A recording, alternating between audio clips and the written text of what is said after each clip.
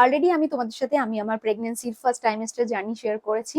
তো তখন আমি তোমাদেরকে জানিয়েছিলাম যে আমি প্রপার প্ল্যান করেই কনসিভ করেছিলাম। আমার এই প্ল্যানিং করা জার্নিটা কি কি বিষয় মাথায় রেখেছিলাম সেই সময়, সেই সবকিছু আমার এক্সপিরিয়েন্স তোমাদের সাথে আজকে শেয়ার করবো বলে এই ভিডিওটা বানাচ্ছি। লাস্ট ডিসেম্বরে আমাদের অ্যানিভার্সারি ছিল, তো তারপরে আমরা ফাইনালি ডিসাইড করলাম যে কেননা এরপরে আমরা একটু প্ল্যানিং করা নিয়ে ভাবতে পারি। একটা গাইনোকোলজিস্টের সাথে কনসাল্ট করি।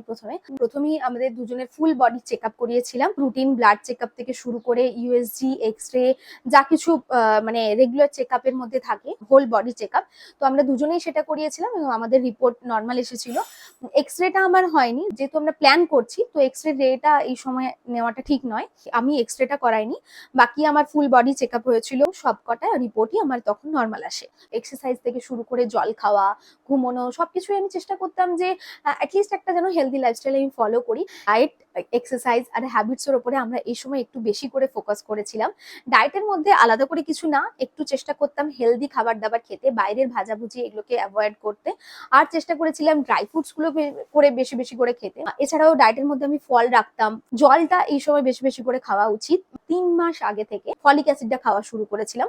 এই সময় আমি একটু স্ট্রেচিং, যোগা, এই ধরনের এক্সারসাইজ গুলো বেশি করে করতাম। বই পড়েছি আমি বেশ কয়েকটা। অ্যাটলিস্ট 6 মাস আগে থেকে মেন্টালি প্রিপেয়ার হয়ে যাওয়া উচিত। হঠাৎ করে যারা কনসিভ করে তারা এই জিনিসগুলোকে ফেস করতে, তাদের এই জিনিসগুলোকে বুঝে উঠতে তাদের অনেকটা সময় লেগে যায়। যারা এক্সারসাইজ করো না তারা অ্যাটলিস্ট 30 মিনিটস হাঁটাহাঁটি বা একটু যোগা, স্ট্রেচিং করা বা প্রাণায়াম করা, এই জিনিসগুলোর ওপরে জোর দিতে পারো। ফোন ঘাটাটা এই সময় যদি একটু কম করা যায় তাহলে তো খুব ভালো হয়। খুব বেশি রাত জাগা বা খুব লেট করে সকালে ওঠা, এই হ্যাবিটস গুলোকে একটু একটু করে চেঞ্জ করে একটু একটু টাইমের মধ্যে শুয়ে পড়া বা গান শোনা। অ্যাটলিস্ট আমি চেষ্টা করেছি যে কিছু ক্রিয়েটিভ কাজের মধ্যে দিয়ে থাকা।